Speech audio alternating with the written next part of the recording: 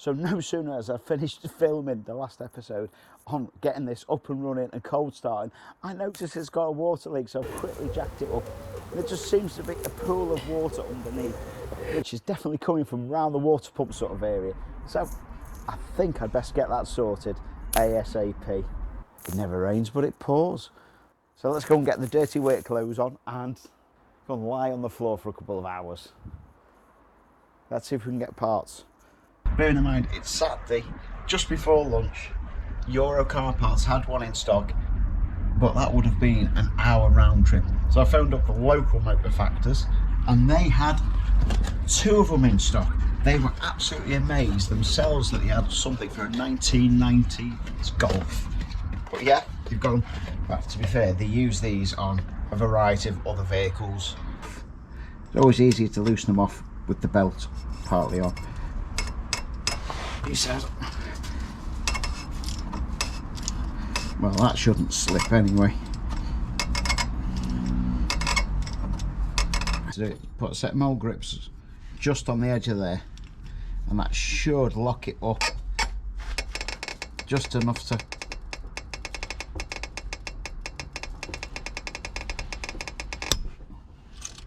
crack it. When you loosen off the alternator, the biggest mistake I've ever seen people do is they've ended up stripping the teeth all along there. Now you don't need to strip the teeth if you undo all the bolts. So we've got 1 bolt there, 1 bolt behind there. Bolt here needs to be loose, which is a little 13mm, and that one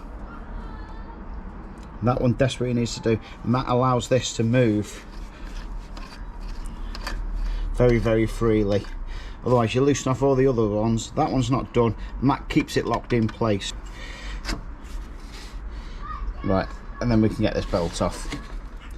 Now we can see where it's been leaking through, and I've actually forgot how much needs to come off, so it's as good as doing the cam belt. But we haven't got a cam belt available, so we'll just take this cam cover off and access this fully. So all the pulleys have had to come off and actually lower down the power steering pump just to gain access to this bottom bolt.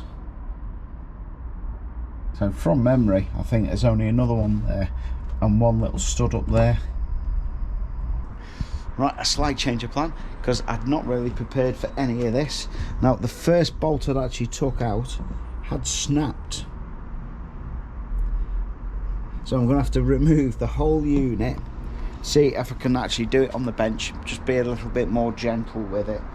So I'm going to have to take the alternator off, the bracket off, just to access the whole water pump in a complete unit.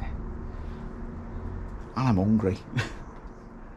So first off, I'm going to take the battery power off. So I managed to get the water pump off, and again I went too far into it, more than I had. So I didn't have to take the actual cam belt cover. It's been that long since I've had to do a water pump, but it did essentially come away from the block that way. So I'm going to have to clean that up and see if we can actually go and take the studs out. But the cam belt cover could have stayed on, so a little bit less work. If you look at the water pump, that is not the original one, but it is quite a good replica. But it's these bolts, so that's the first one that's where. So I'm going to have to heat all these up before attacking them, just to try and free them up, and that might solve all that, and hopefully I'll be able to drill that one out or do something with that one. So we can see all the back of the bolt holes here, so I'm going to spray that with the good old WD-40 and then heat it up.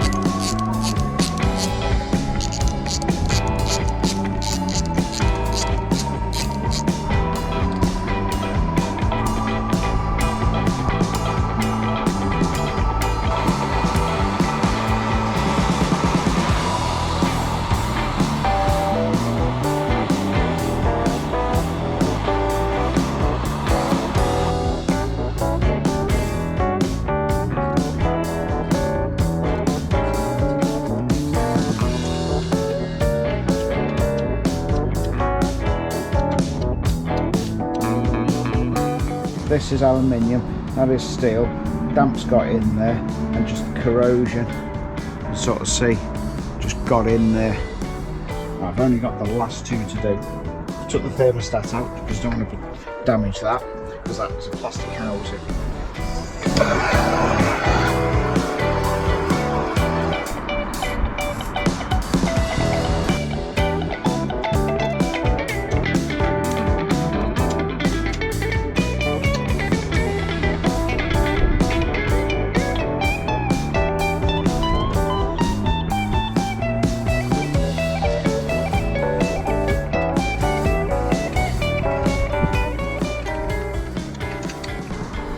See how bad that is for corrosion. That looks fairly new, to be honest. Look at the colour of that. Wow. So I'm going to have a go at getting this out and then clean all this up.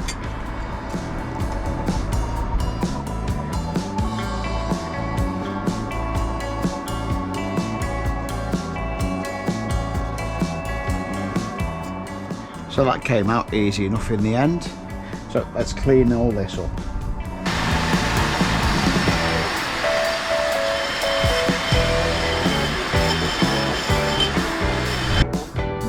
Now that's all nice and clean, I'm just going to apply a little bit of this blue silicone around there. I'm talking a little smidge.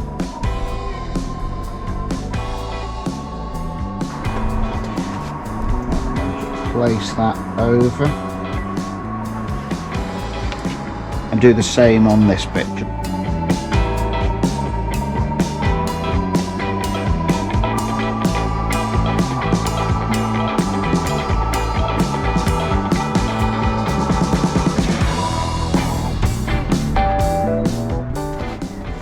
Well, there we have the other water pump fully fitted now. So that looks a lot more tidier. Had to replace two of the bolts, cleaned up all the threads, tapped them all, and primarily cleaned all around here, because that's where the build-up of the corrosion are just naturally built up on the aluminium. So when we put the hose back on, it's a good chance it's going to leak. So at least they're all clean and most likely not leak. So we managed to get that back on, all cleaned up. Looks nice, clean, shiny.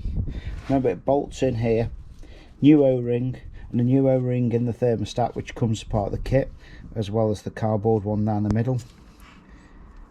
All the pipes are on.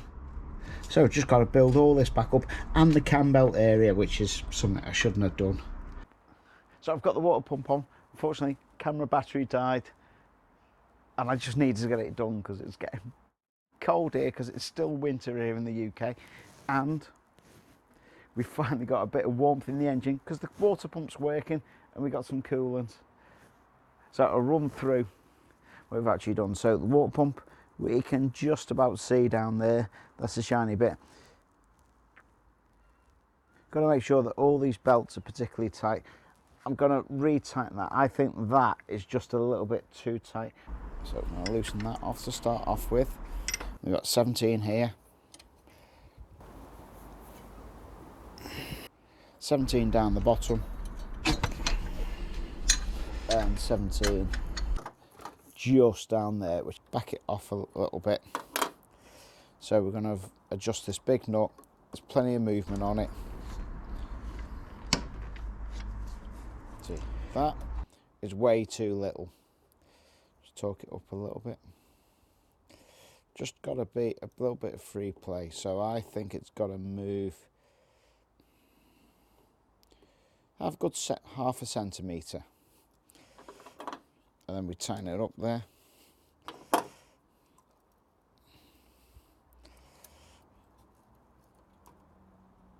And we can actually start the vehicle and see what it's like.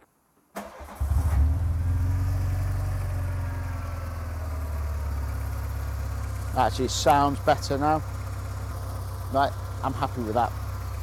Because before it just had a little bit more of a high-pitched whine to it, which is just the extra load on this bearing. So please consider checking out some of the links in the description below. Have a look around the channel. There's loads of other VW content on there, mostly converting a Corrado into a TDI, adding ABS, aircon, hopefully if it works. And if you're not already a subscriber, consider subscribing. It's free and it keeps me going and messing around with good old water-cooled V-dubs. Wouldn't mind getting into some air-cooled stuff, but a conversation for another day. So in the morning, I'm going to recheck the water level's all right. I'm going to take it for a little spin. So I'll see you in a minute. So now we've got her on the open road. That exhaust note really is nice and deep. Not too bad. We're just going to do a little bit of mileage in it just to make sure all the temperature comes up. And it's a while since I drive an old car. I was going to go for 6 then. No, we're already in 5th, I think. Yeah, do you know what? I'm completely off after spending so much time driving diesels. I don't jump in petrols all that often. I'm looking at 3,000 RPM thinking, well, maybe I should change gear. How wrong was I? So we're out for a nice Sunday drive. So we're just going to do a couple of junctions on the motorway just to see how she feels. Make sure she feels right. Make sure temperature comes up. And that I'm happy. You know what? So far I'm happy.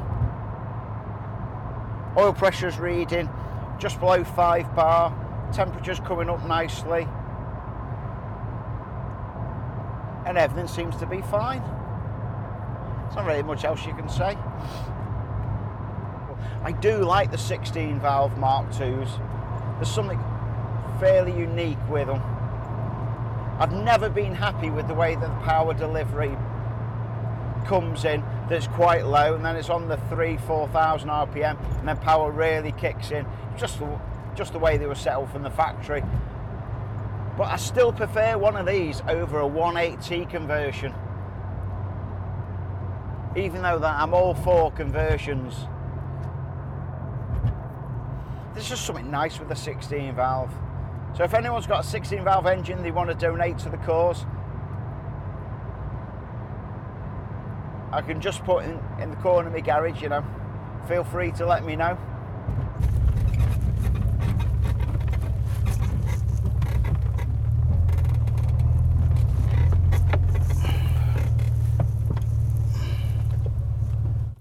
So that was actually quite a pleasant drive. I thoroughly enjoyed that. All the temps are looking right. Oil pressure's on 1 bar. And it just goes to prove that you need to support your local motor factors, because they're the ones that you're going to need on a Saturday morning. And the actual water pump was cheaper than the one that was listed at Euro Car Parts on this occasion. And that included the special weekend discount that must end Monday. I always like to price up the local motor factors as well as the Euro Car Parts and the big boy brands who can deliver, who is accessible if I need something very short term. If I'm looking towards a long-term project, I will use AutoDoc. So I'll leave a link in the description below, which may, if you're a new customer, may get you a little bit of discount. Enjoyed this video, found it useful, go and check some of the links in the description below. Go and have a look around the channel and even consider subscribing, because that is free. I'm either going to go back on the TDI Corrado or we're going to start quite a big project on the T5 van.